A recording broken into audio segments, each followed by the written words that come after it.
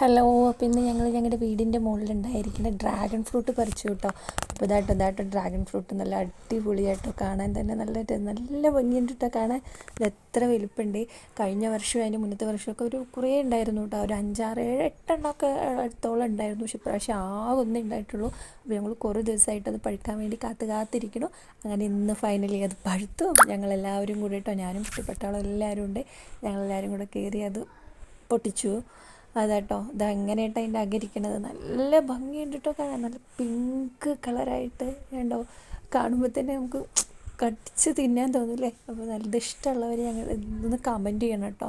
ഇതിൻ്റെ വൈറ്റും ഉണ്ടാവും, പക്ഷേ ഇവിടെ ഉള്ളത് പിങ്കാണ് കേട്ടോ. വൈറ്റ് ഇത്ര ടേസ്റ്റ് ഇല്ല, ഇത് നല്ല മധുരമായിരിക്കും കേട്ടോ. അതുപോലെ ഇത് കാണാനും നല്ല ഭംഗിയാണ് കാണാൻ. അതിൻ്റെ ഉള്ളിലൊക്കെ നിറച്ച് സീഡ്സായിട്ട് കണ്ടോ, ഇത്ര വലിപ്പമുണ്ട് കേട്ടോ. ശരിക്കും ഒരു 1/2 കിലോ ഒക്കെ വലിപ്പമുണ്ട് കേട്ടോ. അത് കാണുമ്പോൾ